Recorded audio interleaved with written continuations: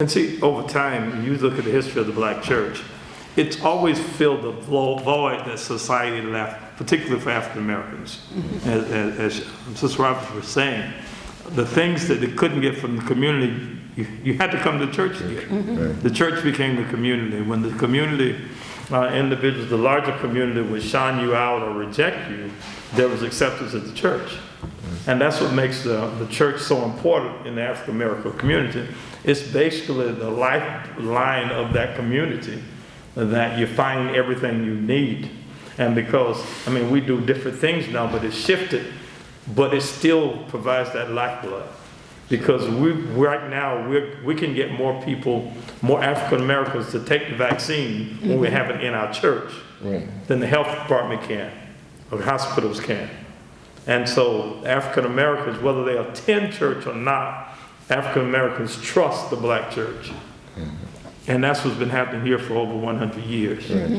Over the course of my life, I would say it's through the grace of God, it has enabled me to be focused and steadfast in my belief in what it's done. It's always been a pillar for the community, Mount Zion. And for me, this has always been like home. Even when I went to college, even when I went to the service, I always felt like Mount Zion is a place that I could come back and it would be coming home because I have so many family members here.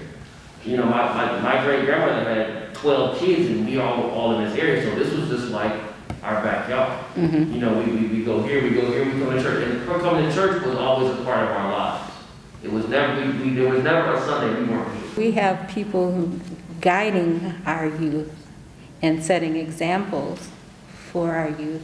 And that's what stands out for me at Mount Zion. We learn the principles of Christ and how to put those in action, but we also had elders showing us how to do it. We had these church mothers who always came with their hats and their gloves and their peppermint candy and behaving in a way that pointed to Christ and taught young ladies how to be responsible adults. This is our vision, and we're very pointed on that to see it lived out. Our vision is a vibrant community living by faith. So we feel as though God has placed us in here to make our community better. So we see a vibrant community living by faith. The way we get that is our mission. You got to get this. We empower people to transform themselves and the community. And so that's what we focus on daily, weekly, yearly. Our focus is, and that's really literally been happening since 1921. And so we've actually coined that phrase to what the church has been doing for 100 years.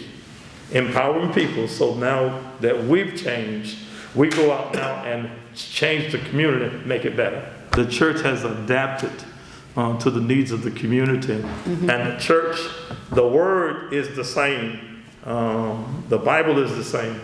But our methods are different so that we can meet the changing society.